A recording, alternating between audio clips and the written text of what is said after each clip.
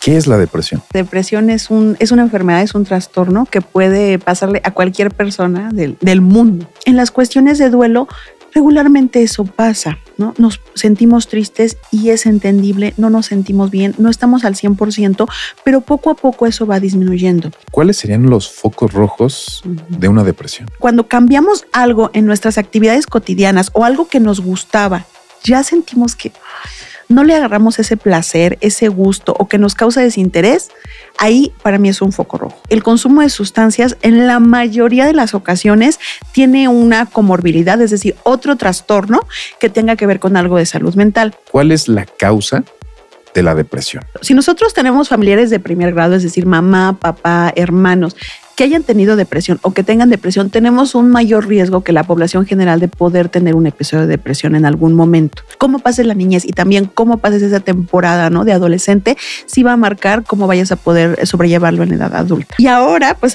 se han hablado hasta cuestiones en cuanto a la alimentación, ¿no? ¿También la alimentación? Sí.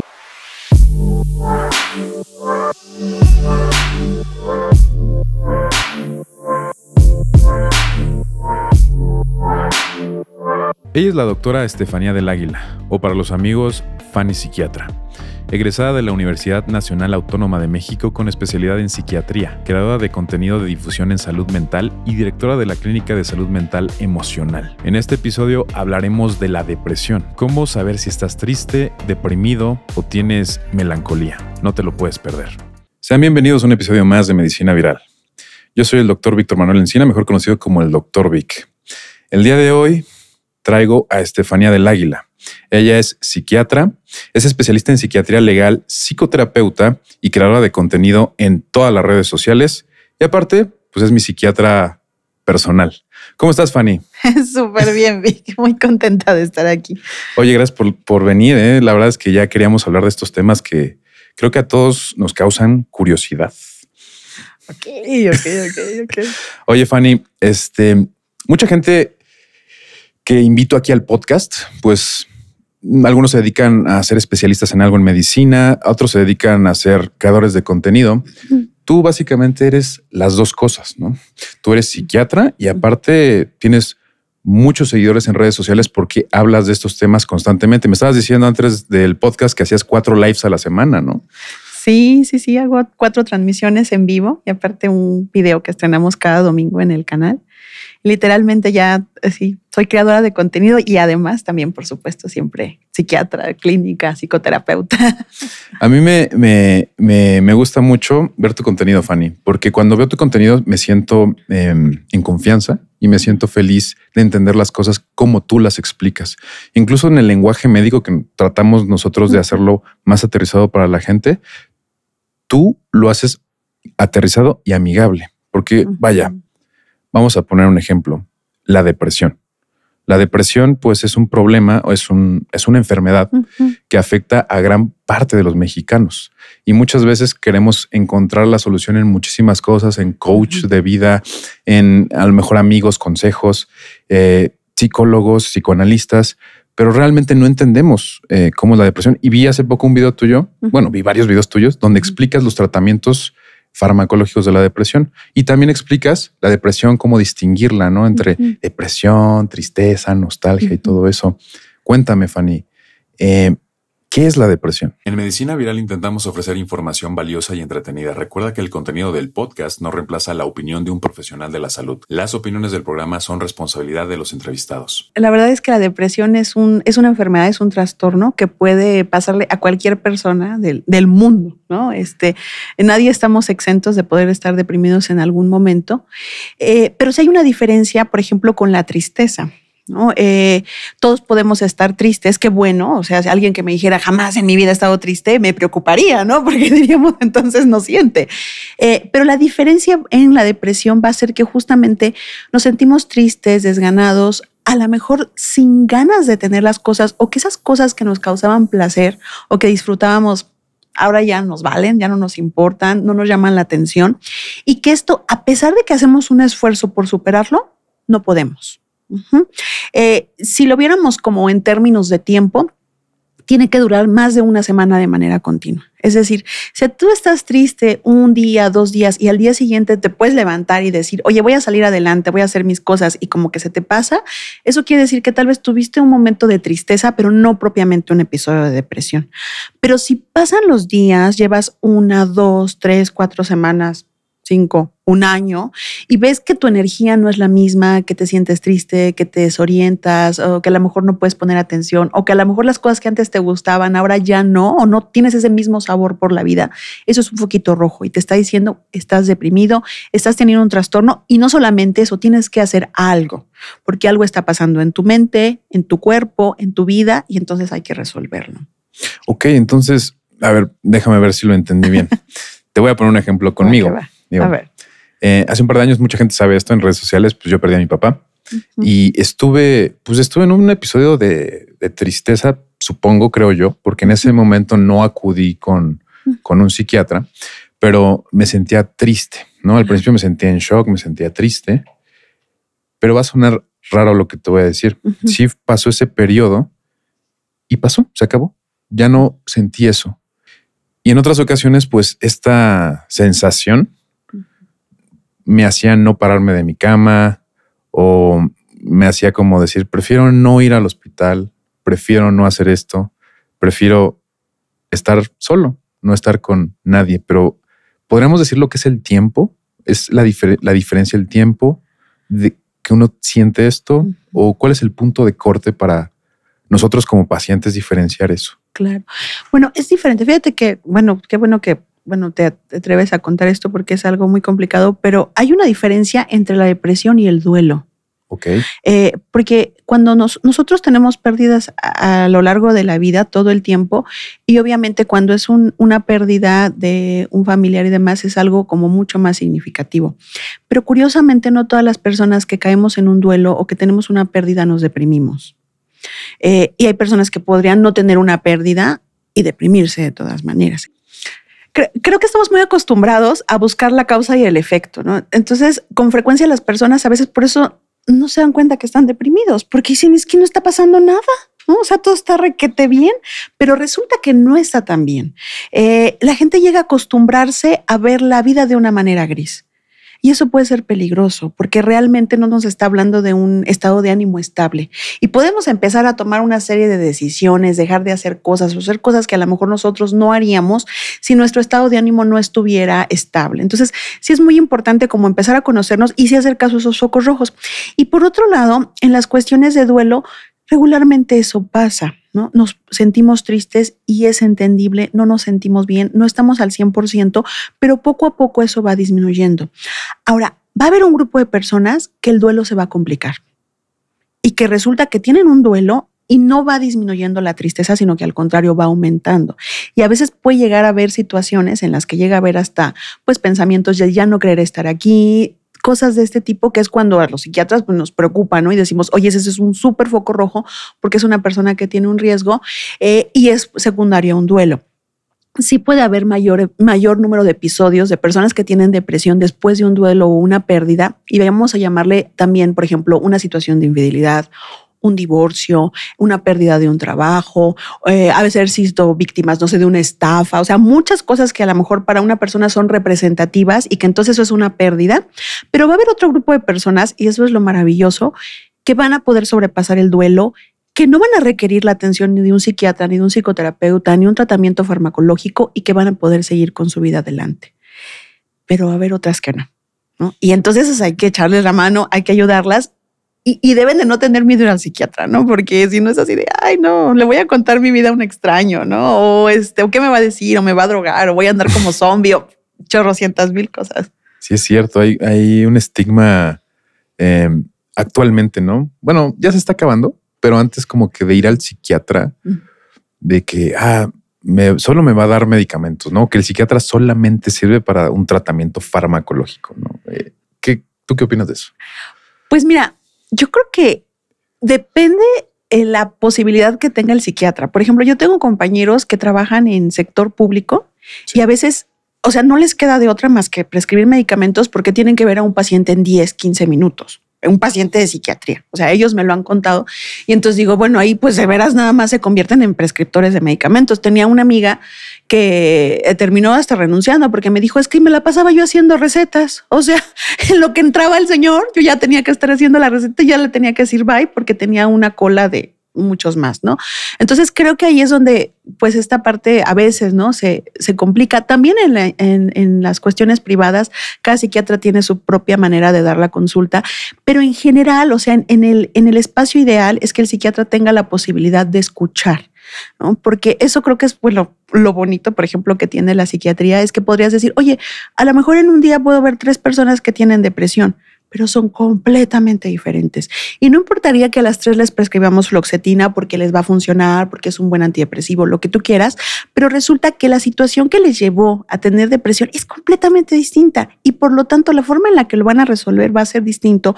Por lo tanto, yo como psiquiatra, la forma en que le tengo que escuchar tiene que ser distinta. Y entonces vemos cómo es súper variado, ¿no? Y entonces creo que esa es la parte bonita de la psiquiatría, de la salud mental, de los profesionales que nos dedicamos a esto. Creo que la práctica es así, ¿no? O sea, es muy, muy variada. Qué padre, Fanny. Sí, y hablabas de algo anteriormente, los focos rojos de la depresión. Y yo tengo duda con eso. ¿Cuáles serían los focos rojos de una depresión? Uy, esa está muy buena. Vea, focos rojos, así, súper importante. Primero, creo que es bueno ver las cosas que dejamos de hacer, ¿no? Si, por ejemplo, es diferente a una persona que diga, oh, yo nunca en mi vida he hecho ejercicio, ¿no? Y entonces diga, bueno, hoy voy a intentarlo, ¿no? Entonces, digamos que, bueno, necesitas, si está deprimido, va a ser más difícil que empiece. Pero ¿dónde sería un foco rojo? Alguien que, por ejemplo, me diga, o sea, yo practico taekwondo, ¿no? Desde hace 10 años y un día ya no se me antojó ir al taekwondo. Y me encantaba, ¿no? Entonces ahí vemos como, es decir, cuando cambiamos algo en nuestras actividades cotidianas o algo que nos gustaba, ya sentimos que no le agarramos ese placer, ese gusto o que nos causa desinterés, ahí para mí es un foco rojo, ¿no? Y por otro lado, creo que, por ejemplo, eso tendría que ver mucho el tip, ¿no? En tu audiencia, si hay personas que tienen hijos adolescentes, sí, creo que es importante que chequen los hábitos de sus hijos. Hace poco me tocó escuchar, por ejemplo, la historia de alguien que me decía, no, pues es que mi hija no sé qué pasó, no, o sea, de repente se siente súper mal, pero yo pienso que todo estaba bien. Pero había foquitos rojos. Por ejemplo, la chica había decidido cambiar de escuela, ¿no? Una escuela que había estado toda la vida y de repente un día dice, ya no quiero ir a esa escuela. Eso es un foco rojo, porque es alguien que está teniendo un patrón, es algo que ya conoce, que aparentemente estaba bien y de la noche a la mañana dice, eso ya no me gusta, eso ya no me llama la atención. En los adolescentes hay que tener mucho cuidado. También creo que otro foco rojo tiene que ver con la irritabilidad y el enojo. El enojo. A veces pensar en la depresión, o sea, es mucho más fácil detectar a alguien que está llorando o que está triste, que dices está deprimido, pero a veces la gente no está así. O sea, a veces a la gente la ves como Grinch. O sea, por eso yo digo, el Grinch estaba deprimido. O sea, si al Grinch le hubiéramos dado un poquito de antidepresivo, igual le hubiera ido mejor, ¿no? Porque, claro, o sea, el Grinch estaba deprimido, estaba molesto y tenía, si ya los que vieron la película, pues tenía muchas razones para eso.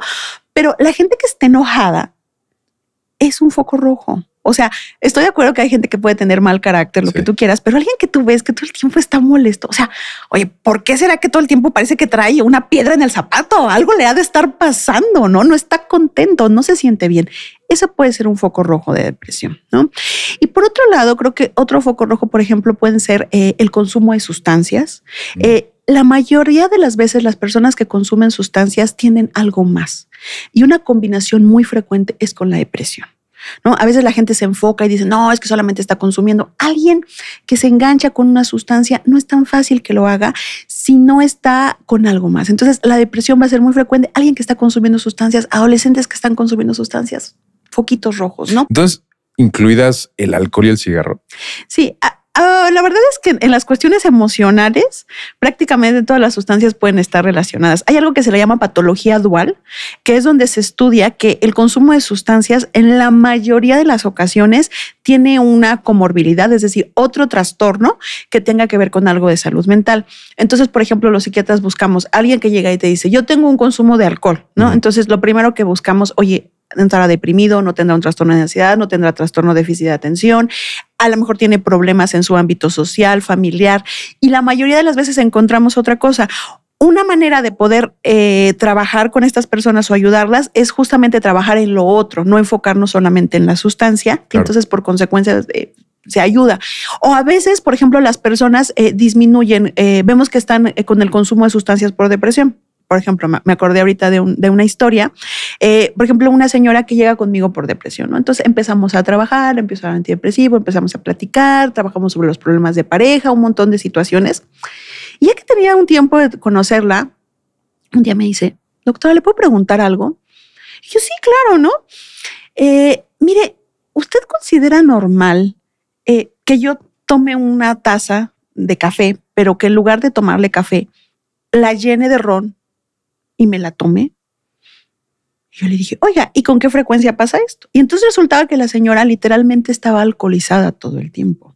Okay. O sea, yo creo que hasta mi consulta llegaba alcoholizada. Sí, okay. Pero ya no se le notaba. O sea, ya tenía un grado de tolerancia en donde a lo mejor como otras personas tomar agua, tomarse un café, ella todo el tiempo estaba tomando alcohol porque en su casa había mucho alcohol, ¿no? Y tenía que ver con el estado de ánimo que ella tenía, pero lo había minimizado porque no era una señora que hiciera escándalos ni que se fuera de parranda, pero consumía una cantidad de alcohol increíble, brutal, ¿no? Sí.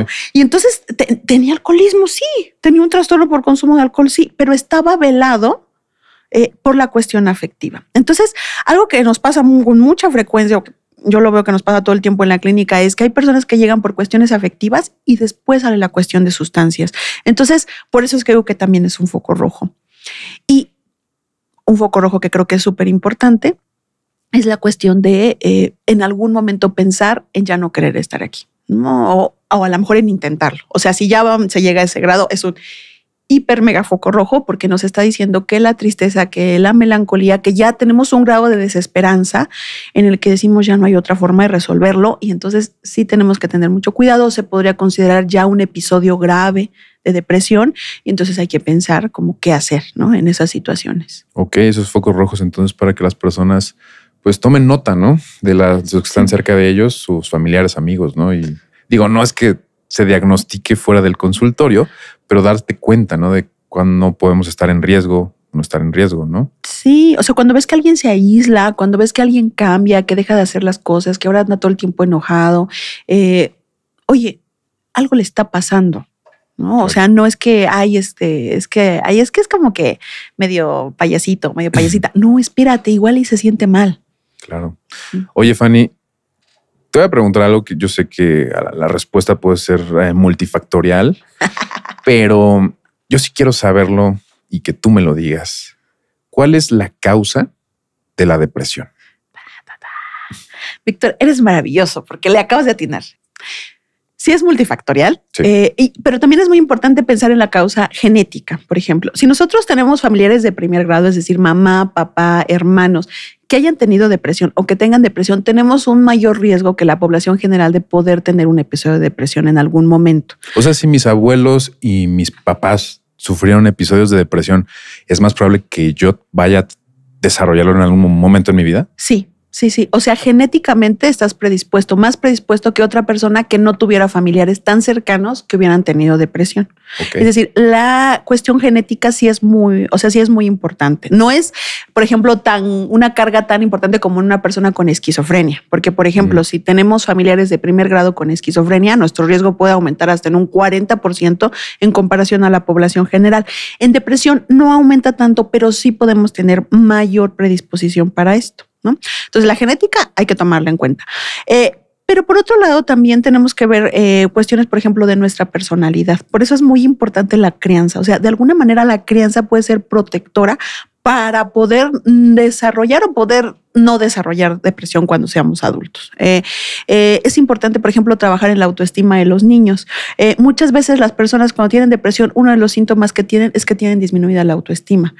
Y entonces dice uno, pero en un niño, o sea, ¿cómo va a ser? Le digo, hola, estás bonito. Obviamente sí, o sea, hablarle de manera cariñosa y demás, pero no solamente eso, sino enseñarle que tiene la posibilidad de hacer las cosas por sí mismo. Eso es muy importante. A veces por naturaleza decimos, no, pues está chiquito, pues yo le amarro las agujetas, yo le paso las cosas. Y resulta que para el niño esas cosas que para nosotros son así como súper básicas, para el niño son grandes logros. Y si ellos van viendo que lo van pudiendo hacer poco a poco, entonces eso va fortaleciendo su autoestima. Y el día de mañana, cuando están con un problemón de verdad, pues entonces dicen, puedo hacerlo, ¿no? Es curioso, es como parte de la crianza, pero cómo se va formando nuestra personalidad, nuestra crianza es muy importante. También, por ejemplo, tristemente las cuestiones de violencia, niños que están en situación de abandono o en situaciones de mucha violencia durante la infancia, durante la adolescencia, se sabe que con mayor posibilidad van a poder tener depresión en la edad adulta. Entonces, si cómo pases la niñez o cómo pases cómo pases la niñez y también cómo pases esa temporada, ¿no?, de adolescente, sí va a marcar cómo vayas a poder sobrellevarlo en la edad adulta, ¿no? Eso también es importante. Por supuesto, la cuestión social, ¿no? O sea, si estamos en medios hostiles, en medios violentos, medios con consumo de sustancias, un montón de cosas, pues con mayor facilidad podemos llegar a desarrollar depresión. Entonces, si estamos como con medios que nos den lazos de apoyo, que podamos llegar a tener o podamos desarrollar, ¿no?, nuestras habilidades, etcétera. Eso de alguna manera nos puede ayudar más a poder no tener depresión, ¿no? Entonces, el medio ayuda muchísimo, también, por supuesto, la personalidad, lo que vamos formando, pero también la cuestión genética. Y ahora, pues, se han hablado hasta cuestiones en cuanto a la alimentación, ¿no? ¿También la alimentación? Sí, la alimentación. Por ejemplo, hay unas investigaciones súper padres de todo esto que hablan de la dieta mediterránea. Y yo sé que hay gente que dice, no, que no sé qué. O sea, sí influye lo que comemos, ¿no? O sea, si te sientas y te pones a comer, no sé, un pastelote de chocolate, es diferente a que si a lo mejor tienes una dieta con verduras, proteínas y demás. Las dietas que son altas en carbohidratos, que están en carbohidratos ultraprocesados. Sí, ultraprocesados y demás, exceso de azúcares y demás, tienen mayor propensión de poder tener depresión. O sea que si yo como puras papas y como pasteles, claro, y como cosas, hamburguesas, pizzas, ¿es más probable caer en esto? O sea, sí, es más probable. De hecho, por ejemplo, cambias todo lo que es tu microbiota y tu flora intestinal. O sea, hay estudios en donde han encontrado que, por ejemplo, vamos a tener dos poblaciones con depresión y poblaciones sin depresión. La microbiota es distinta. O sea, microbiota refiriéndose a todas las bacterias que viven dentro de nuestro intestino. Y entonces muchas veces las bacterias que viven dentro de nuestro intestino también, o sea, algunas literalmente hasta las heredamos desde el momento en el que nacemos, pero también tiene mucho que ver con la alimentación que tenemos a lo largo de la vida. Entonces, todo eso va modificando hasta la forma en la que convivimos. ¿Cuál es el lugar donde producimos la mayor cantidad de serotonina en nuestro cuerpo? En el intestino. Eso es un datazo que mucha gente, o sea, no sabía, porque mucha gente sabe a veces ya que los medicamentos actúan en el sistema de la serotonina, ¿no? Algunos, los más comunes, sean serotonina, sí. Y mucha gente no sabía que lo que acabas de decir, que la mayor síntesis o producción de serotonina es en el intestino. Sí, y entonces también influyen las bacterias. O sea, es que somos un mundo integral, ¿no? Y por eso, y no estoy hablando así como del karma, o sea, soy psiquiatra, soy médico, pero es una realidad.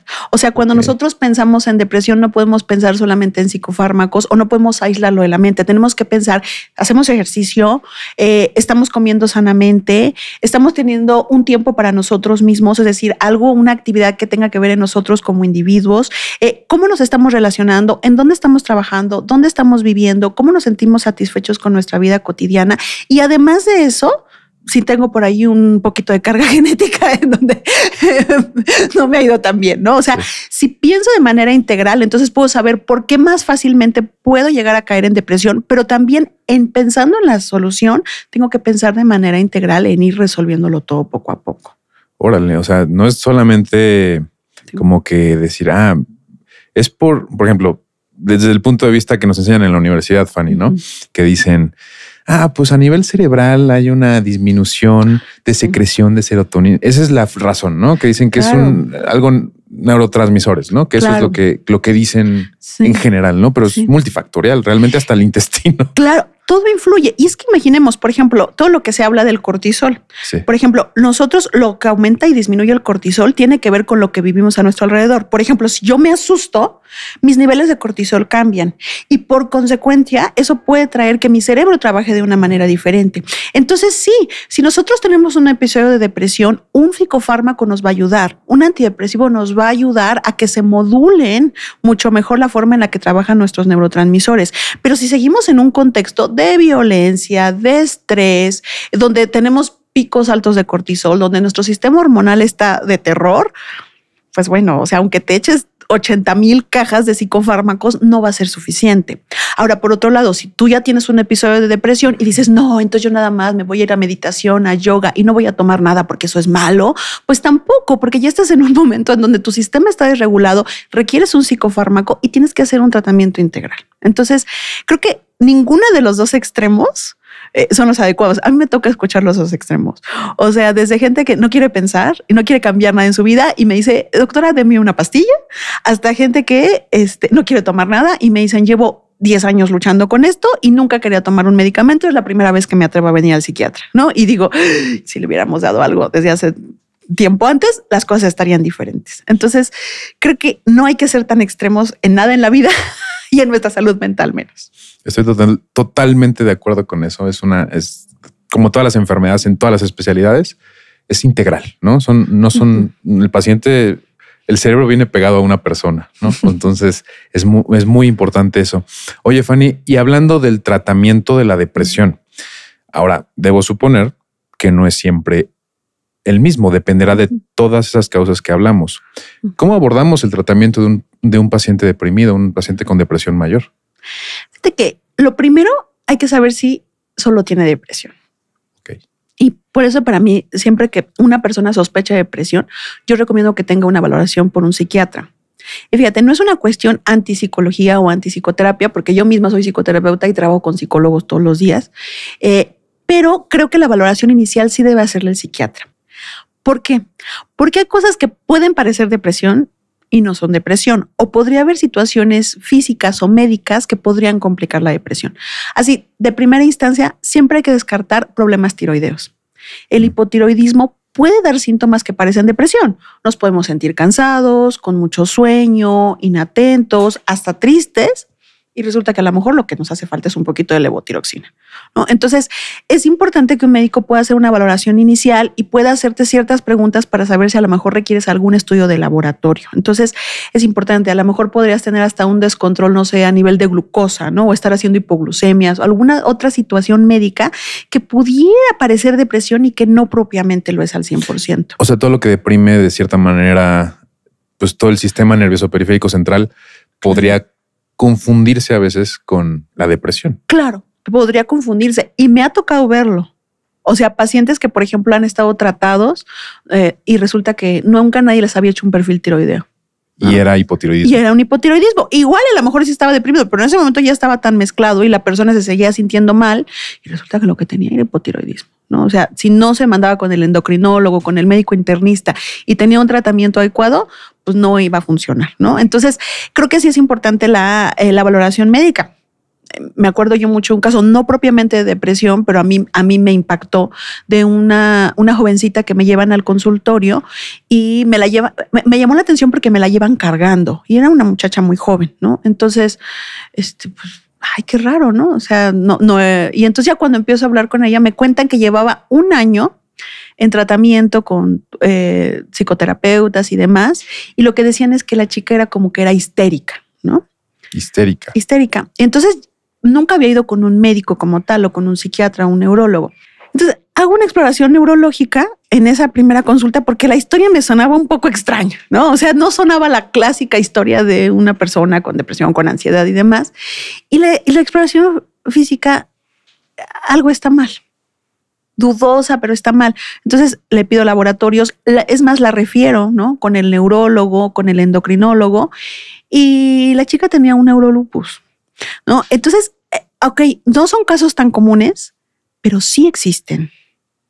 Entonces es importante hacer una valoración inicial por parte de un médico para que puedan saber que realmente lo que están viviendo es una situación solamente de depresión o ansiedad y de ahí ya poder saber qué vamos a hacer.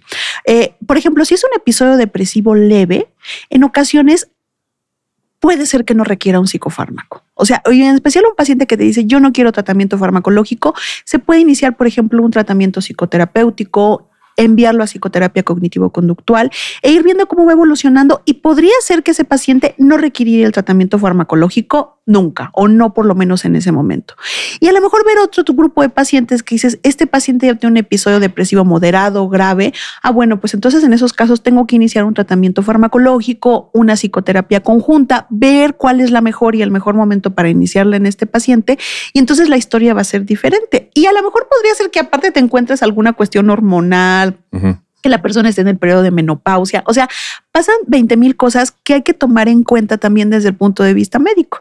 Entonces, regularmente eso se hace o es el escenario ideal y trabajar en conjunto. También yo soy de que si alguien tiene depresión o ansiedad, debe de ir a psicoterapia de manera conjunta. Lo que decíamos, si estamos pensando que la depresión y la ansiedad es multifactorial, pues también en la solución tenemos que trabajar en lo multifactorial, ¿no? Y entonces la parte psicoterapéutica, el poder entendernos mejor, conocernos mejor, nos ayuda, muchísimo. Hablando del tratamiento farmacológico, decías, hablabas de la depresión moderada, grave. Fármacos hay muchos, ¿no? Creo que generaciones diferentes, mecanismos de acción sobre el sistema GABA, el sistema de la serotonina, incluso de la noradrenalina también, ¿no? Entonces hay varios mecanismos, ¿no? Que funcionan. ¿Por qué hay tantos medicamentos? ¿Y cómo saber qué persona necesita este medicamento y qué otra persona necesita tal medicamento? O sea, ¿tú cómo lo haces como psiquiatra, Fanny? Fíjate que, o sea, hay como muchas cosas. Hay guías, tal cual ya existen guías clínicas donde te dice cuál es como el orden más adecuado para saber qué tipo de tratamiento le vas a dar a un paciente. Por ejemplo, no es lo mismo alguien que llega y que es la primera vez que tiene un episodio de depresión a alguien que me dice que es su quinta recaída. O a lo mejor alguien que no tiene ningún familiar, ¿no? Con depresión, o alguien que me dice en mi familia todos tienen depresión. Entonces, hay muchas cosas que nosotros vamos viendo también el momento de vida en el que está, los síntomas principales que tiene. Por ejemplo, a veces hay personas que pueden tener depresión y al mismo tiempo muchos síntomas de ansiedad. Y hay otro grupo de personas que prácticamente no tienen síntomas de ansiedad, pero sí tienen muchos síntomas deprimidos, de decaimiento, que se sienten tristes, que no tienen ganas de nada. Y entonces el tratamiento farmacológico puede ser distinto. La mayoría de las guías de tratamiento te dicen que evites la polifarmacia. Yo a veces veo que no, hay médicos que no evitan la polifarmacia porque hay pacientes que me llegan con recetas de muchos medicamentos, pero lo ideal es que se empiece con 1, 2, a lo mucho 3 fármacos si es necesario y de ahí ir viendo qué es lo que requiere el paciente. Entonces, hay muchas cosas que tomamos en cuenta como para decidir, ¿no? Qué tratamiento les vamos a dar.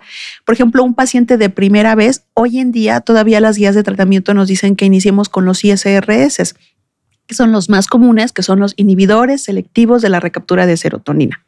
No son serotonina, porque hay pacientes que me dicen, yo me estoy tomando mi serotonina. Un día una paciente me dijo que hasta en Amazon habían...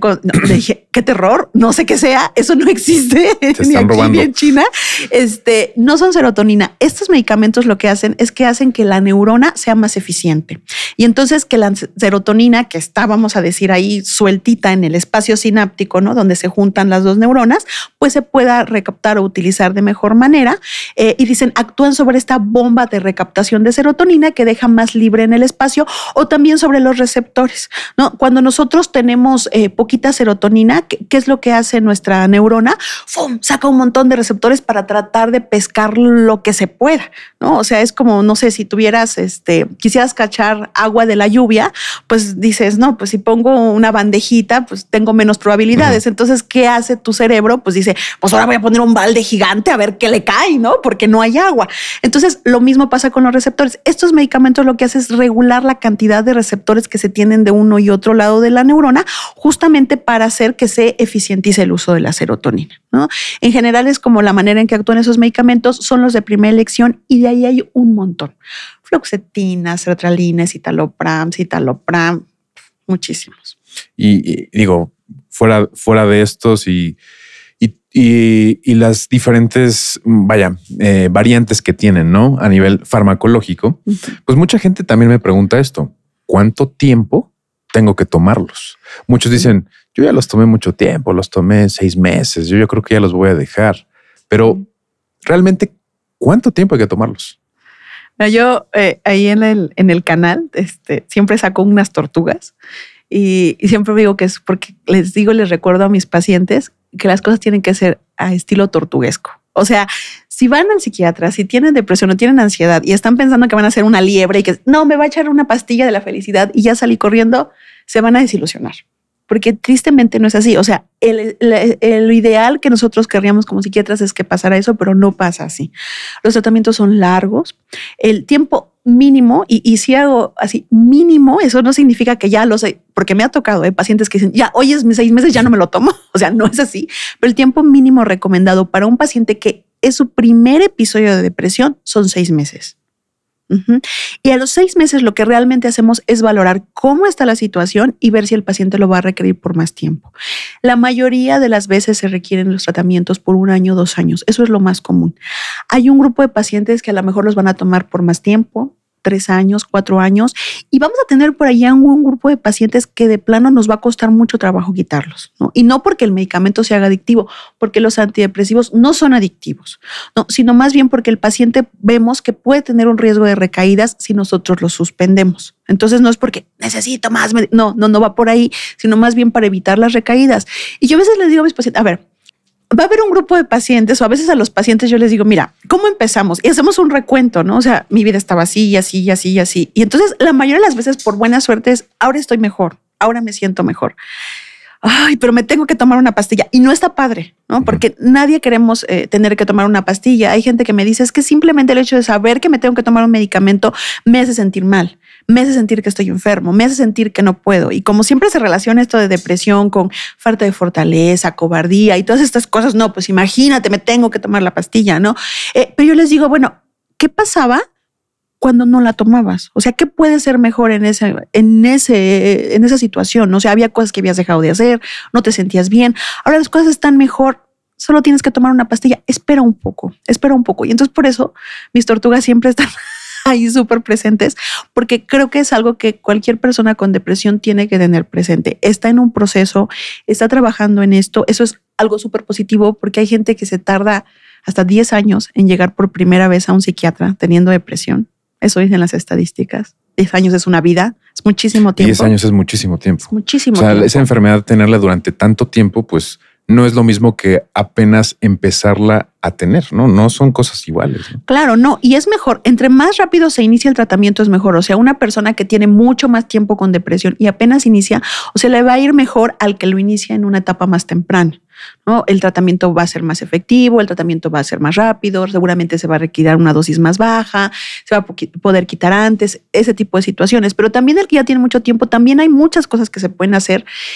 Lo que decíamos, hay muchos antidepresivos. O sea, si no les funciona un ICRS, le das otro ICRS. Si no le funciona otro ICRS, lo combinas con algo más. Si no, te cambias de grupo. Hay duales, hay atípicos. Puedes hacer combinaciones entre varios tipos de antidepresivos, varios tipos de medicamentos.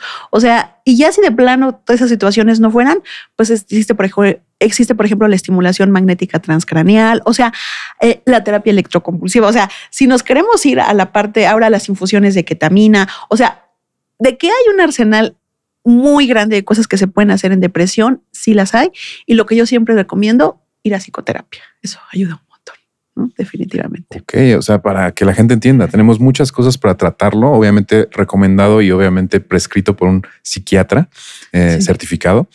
Es muy importante, ¿no? Yo sé algo de ti, Fanny. Digo, ya para terminar. ¿Qué sabes?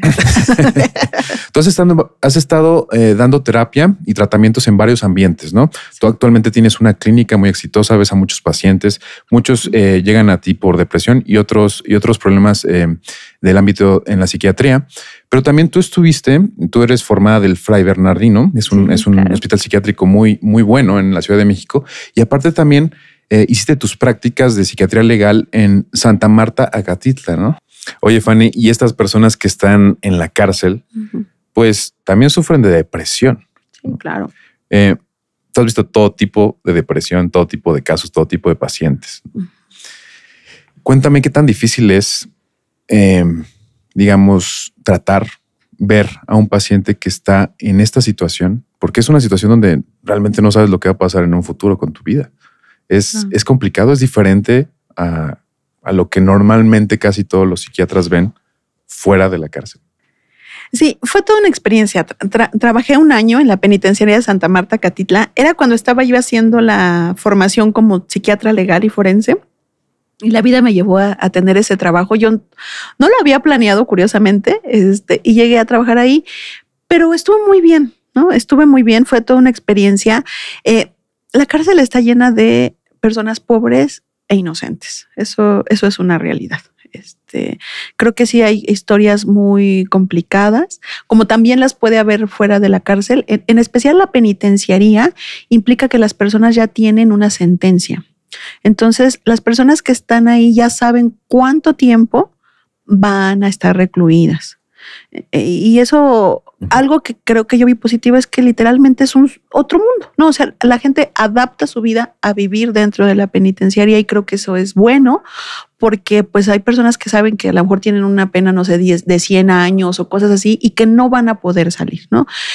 Te cuentan muchas historias, ¿no? De cuanto a sus procesos legales, los que están en la quinta sala y cosas de este tipo. Y bueno, como todo, también hay un grupo de pacientes que llegan ahí por querer recetas de benzodiazepinas, ¿no? Que esos eran los pacientes que a mí no me gustaban tanto porque pues no querían realmente una consulta de psiquiatría, no de psicoterapia, sino que querían que yo les diera una receta de benzos, porque pues se requería dentro de la penitenciaria que el psiquiatra fuera el que lo autorizara, ¿no? Entonces, por esa razón llegaban conmigo a consulta porque la podían solicitar. Yo estaba dentro de la clínica y también tuve pacientes que quería mucho como mis pacientes en cualquier lugar del mundo. Creo que por eso es que me fue muy bien trabajando ahí, claro, porque para mí todos eran mis pacientes, ¿no? Sin importar dónde estuvieran, ni dónde fueran. También en algún momento trabajé en institución pública, en el ISEM, hace unos años, y yo les digo, bueno, ahora me dedico a la privada, pero la verdad yo trato igual a mis pacientes que veía en la privada que los que veía en el ISEM, que los que veía en el Fray Bernardino Álvarez, que los que veía en la penitenciaría, porque al final de cuentas son historias de vida, ¿no? Es lo que yo les digo ahí en la clínica. A veces pues hay personal, no sé, alguien de recepción, ¿no? Y tú dirías, pues la recepción, bueno, es que es parte de, ¿no? Le digo, para que una persona llegue aquí a una consulta con un psiquiatra, con un psicoterapeuta, no sabes todo lo que sucedió en su vida para que decidiera venir a pedir ayuda. Entonces, cada que llega una persona es una historia de vida en cualquier lugar. Entonces, creo que eso es algo que pasa y en la consulta de psiquiatría y psicoterapia es algo que se vive, ¿no? Mucho más cercano. Y yo siempre creo que trato de dárselos, ¿no? A entender a las personas que están cerca de mí, porque de repente se trastabillan muchas cosas. De veras, a veces cuando te está yendo mal, te va mal en todo. Y entonces dices, o sea, es que me tropiezo, casi me atropellan en la esquina, y aparte me mordió el perro, ¿no? Así nos pasa. Y nos damos cuenta que también tiene mucho que ver en cómo nos vamos nosotros desenvolviendo en nuestra vida. Y cuando nos sentimos mal, cuando nos sentimos tristes, cuando tenemos problemas, definitivamente nos desenvolvemos de una manera diferente que cuando no es así. Entonces, imagínate en un lugar de salud mental donde trabajamos nosotros con personas que tienen problemas y que por eso acuden con nosotros, pues no va a ser raro que pasen más cosas en el transcurso, hasta de agendar una cita, tomar el metro para llegar, descolgar el teléfono, o sea, parecen boberías, pero pasan. Son como rachas, ¿no? De que les pasan este tipo de cosas. Oye, Fanny, ¿alguna cosa que les quisieras compartir a mi audiencia? Si ahorita a lo mejor tienen el diagnóstico de depresión, no saben qué hacer, no saben a quién acudir, si hay alguna respuesta o si esto se va a acabar, ¿qué les podrías decir tú con tu amplia experiencia y con tantos pacientes que ves de todo tipo de estrato social y diferentes historias de vida? ¿Qué les podrías decir a mi audiencia si están viendo este podcast? Yo les diría que hay que tener esperanza, porque justo la depresión eso nos hace. Nos quita la esperanza, sentimos que las cosas no van a mejorar, que no va a haber alguien que nos va a poder ayudar. Siempre hay opciones para sentirnos mejor, siempre hay opciones que podemos hacer desde cualquier lugar del mundo, también desde cualquier situación económica. Hay que acudir a servicios privados, a servicios públicos, los que estén a nuestro alcance. Si nosotros podemos acudir, yo ahorita decía inicialmente con un psiquiatra, oye, ¿dónde estoy? No hay psiquiatras, pues con un psicólogo, con un psicoterapeuta. Siempre buscar ayuda. También es bueno compartírselo a las personas de nuestro alrededor. También a veces cuando estamos tristes, justo en esta desesperanza sentimos que no nos van a entender, que se van a enojar. Platíquenlo. Eso es empezar una red de apoyo. Decirlo a nuestros amigos, a nuestra pareja, a nuestros hermanos. A lo mejor habrá gente que diga, ay, ya, échale ganas, tranquilo. Pero a lo mejor hay alguien que nos ayuda, que nos apoya y que nos dice, ¿sabes qué? A mí me pasó igual. Y después me sentí mejor, o hice esto, o tuve tratamiento. La mayoría de las veces la gente que va al psiquiatra o va al psicólogo o al psicoterapeuta no lo dice. ¿De acuerdo? No lo dice, somos como de secreto, ¿no? O sea, no, tabú. De tabú. Pero muchas veces cuando alguien se atreve a decir, oye, ¿sabes que yo me estoy sintiendo mal? Hay otra persona que dice, ¿qué crees? Yo también. ¿No? Y podemos hacer algo. Entonces, esa sería mi recomendación. No lo guardemos. No tiene que ser de secreto. O sea, si te duele la muela, le hablas a tu tía y le dices, oye, recomiéndame un dentista, ¿no? Entonces, si te sientes mal, si te sientes triste, si tu vida no está tan bien, háblale a alguien y dile que te recomienda un psiquiatra, un psicoterapeuta. Me encanta eso de las redes de apoyo y la conexión humana es súper necesario, ¿no? Y decirlo y que tú lo digas a la audiencia es súper necesaria. Oye, Fanny, ¿me podrías compartir tus redes sociales para que la gente te siga y vea tus lives y comenten tus videos de TikTok o YouTube? Sí, claro que sí. Me pueden encontrar en todas las redes sociales como Fanny Psiquiatra con doble N-Y. Y pueden ver mis lives. Los tengo de lunes a jueves. Unos son a las 12:15 del día y los otros son a las 7:15 de la noche, hora México. Entonces les va a gustar. Y creo que ahí te pueden preguntar cualquier cosa, ¿no? Sí, a mí me encanta contestar. Luego no me da tiempo de contestar todas las preguntas. Pero sí, hacemos los lunes es un live sobre medicamentos porque hay muchas dudas sobre los psicofármacos. Entonces los lunes hablamos sobre medicamentos. Los martes contesto o platico sobre algún tema que la misma gente me manda en redes sociales que quieren que platiquemos. Obviamente temas de salud mental. Sí, claro. Los miércoles resuelvo un caso. O sea, si por ahí hay alguien que tiene un caso ahí atrapadillo y que dice no sé qué, me pueden mandar un audio directamente a los WhatsApps que vienen ahí y lo resolvemos. O sea, escuchamos el audio, es un audio anónimo, no me digan dirección. Hay gente que me pone todos los datos, ¿no? Lo tenemos que quitar y demás, pero resuelvo el caso, ¿no? Les explico específicamente qué opciones yo les daría para ese tratamiento. Y los jueves es una sección que se llama Pregunta a la Psiquiatra, que literalmente me pongo a contestar todas las preguntas que me pongan y demás, me pongo ahí a contestarlas todas directito. Entonces me entretengo bastante. Y también las redes de la clínica las pueden encontrar como Emocia MX. La clínica se llama Emocia y Emocia MX, que ahí también hay otro tipo de material y las mías como Fanny Psiquiatra. Qué padre, los psiquiatras de la nueva era. Muchas gracias, Fanny. Y bueno, ella fue Fanny Psiquiatra. Yo soy el Dr. Vic y este fue un episodio más de Medicina Viral. Nos estamos viendo en el próximo episodio.